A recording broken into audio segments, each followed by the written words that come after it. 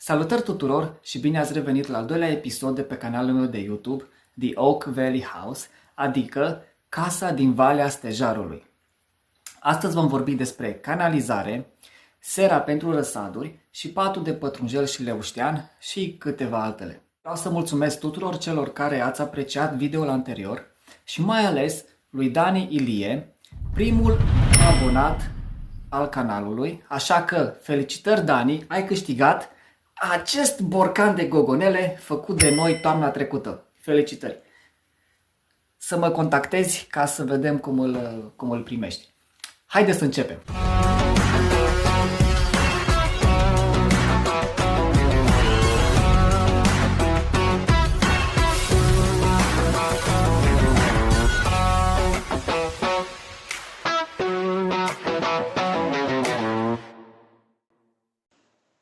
Înainte să ne apucăm de treabă, a trebuit să creăm niște condiții, așa că am transformat garajul într-un atelier.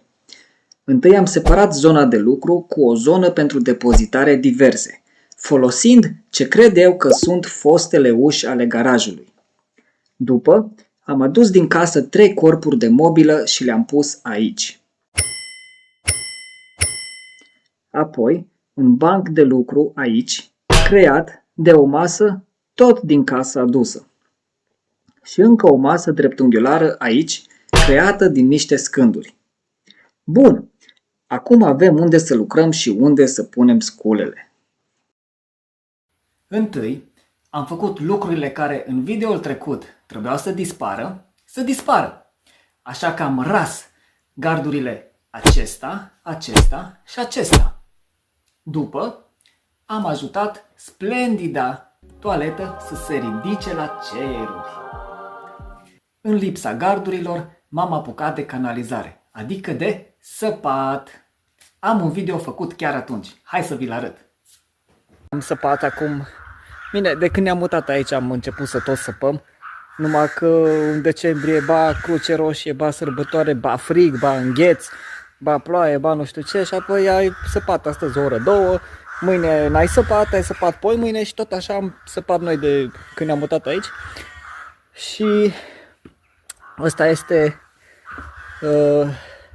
produsul, am săpat pentru canalizare și nu e gata încă, am făcut cam jumate, dar astăzi vreau să curăț ce s-a surpat și să pun scrile. Uite groapa. Deci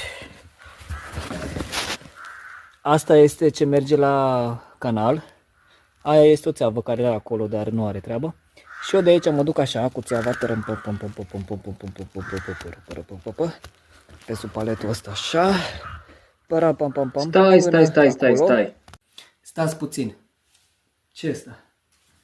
Și că acum trebuie plantată sămânța pentru pătrunjel, leuștean și răsadurile de roșii? Căci că acum este timpul? Am înțeles. O scurtă paranteză ca să înțelegeți. Eu mă documentez despre construcții și Mihaela se documentează despre agricultură. Așa că dacă am o treabă pusă sămânța în pământ, apoi am o punem, bat-o soarele și sămânță. Haideți, ce mai stați? În spatele garajului am trasat 2 locuri dreptunghiulare de 4 metri pe 1 metru. Unul pentru pătrunjel, iar celălalt pentru leuștean. Cu lopata și sapa am înlăturat stratul de iarbă. Folosind țiglele de la cotețul de găini, am creat un perimetru ridicat, care ulterior va fi umplut cu pământ. A doua zi ne-am apucat de seră, deoarece patul de pătrunjel dura prea mult și răsadurile de roșii aveau prioritate. Ne-am hotărât să o așezăm la 1 metru de paturi. Pe urmă, am stabilit un chenar de 2 metri pe 2 metri jumate, unde va fi locația serei. Am săpat 4 gropi în colțuri de 50 de cm adâncime. Pentru seră nu am achiziționat niciun lemn. Am reciclat lemnele de la garduri și WC-ul. Am pus cei 4 stâlpi de susținere în gropi și am presat pământ împreună cu pietre în jurul acestora până gropile s-au umplut. După o pauză, am pus și ceilalți stâlpi pentru ușă și pentru margine. În garaj am pregătit cele 4 grinzi în așa fel încât să se îmbine una cu cealaltă pentru o rezistență mai bună. Ulterior, le-am așezat peste stâlpi și am creat structura de bază. Bun! Pauză de cafea.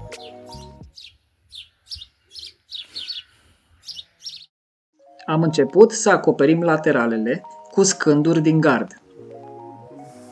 Trebuie să menționez că lemnele sunt destul de vechi și folosite, așa că ne mulțumim dacă rezistă un an. În continuare, am atașat lemnele ce susțin acoperișul și o parte din suportul meselor. Pentru mese, tot scânduri din gard am folosit.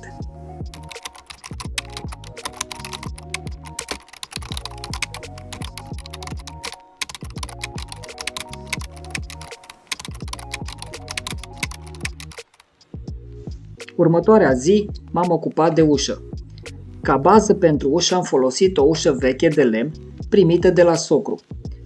Nu trebuie să fie perfectă, să se închidă cât de cât, ca să nu fie gaură. Din păcate, nu am documentat așezatul foliei, din cauza lipsei de baterie. Am pus întâi un strat de linoleu între folie și structură pentru protecția acesteia. Apoi am întins folia și am înfășurat-o în jurul acestor lemne, cu ajutorul cărora am întins folia. Pe margini am prins-o folosind bucățele mici de linoleu și cuie. Pe urmă, am atașat două bretele verticale dintr-o parte în alta pentru a reduce mișcarea foliei. Am terminat de pus scândurile în dreapta, respectiv stânga ușii și am confecționat geamurile detașabile. Niște chenare din lemn ca suport și tot restul de folie pe post de geam.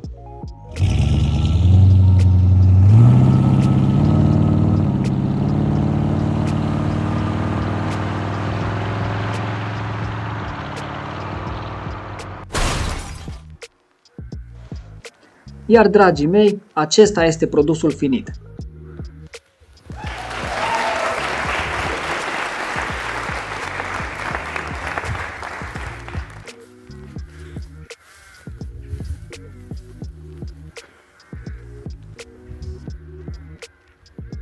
Ia uite, Mihaela deja se apucase de răsaduri.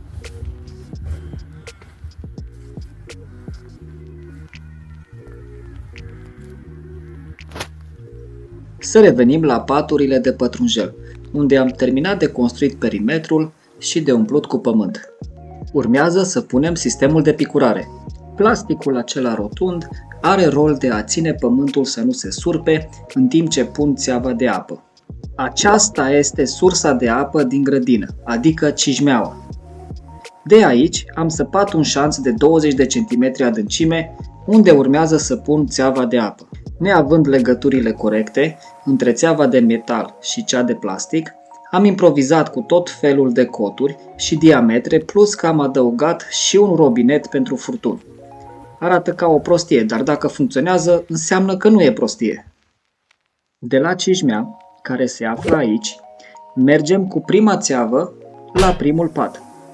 Apoi, tragem o magistrală până sus la paturile de roșii, care nu sunt pe plan pentru că nu fac parte din acest episod. Continuăm și la al doilea pat și, bineînțeles, și la seră. Acesta este planul. Rapid o să ne uităm cum se face o conexiune la țeava din polietilenă. Trebuie să menționez că țeava trebuie împinsă puternic în conexiune până în capăt și pe urmă strâns colierul. După ce am conectat țevile la paturi, am găurit țeava și am introdus un robinet pentru banda de picurare, câte două la fiecare pat. Peste banda de picurare am pus o folie de mulcire, care de fapt nu era chiar așa de bună. Este doar o folie care nu permite să treacă lumina, dar nici apa, așa că nu este ok. Folia de mulcire trebuie să oprească doar lumina, nu și apa. Din aceea am folosit la roșii. Am făcut un mic test să vedem dacă funcționează. A fost prima oară când am folosit banda de picurare. Aparent merge.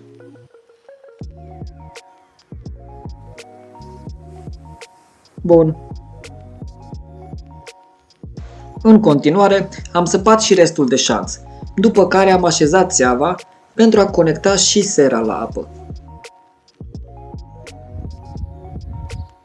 Bun. Am conectat cu succes paturile și sera la apă.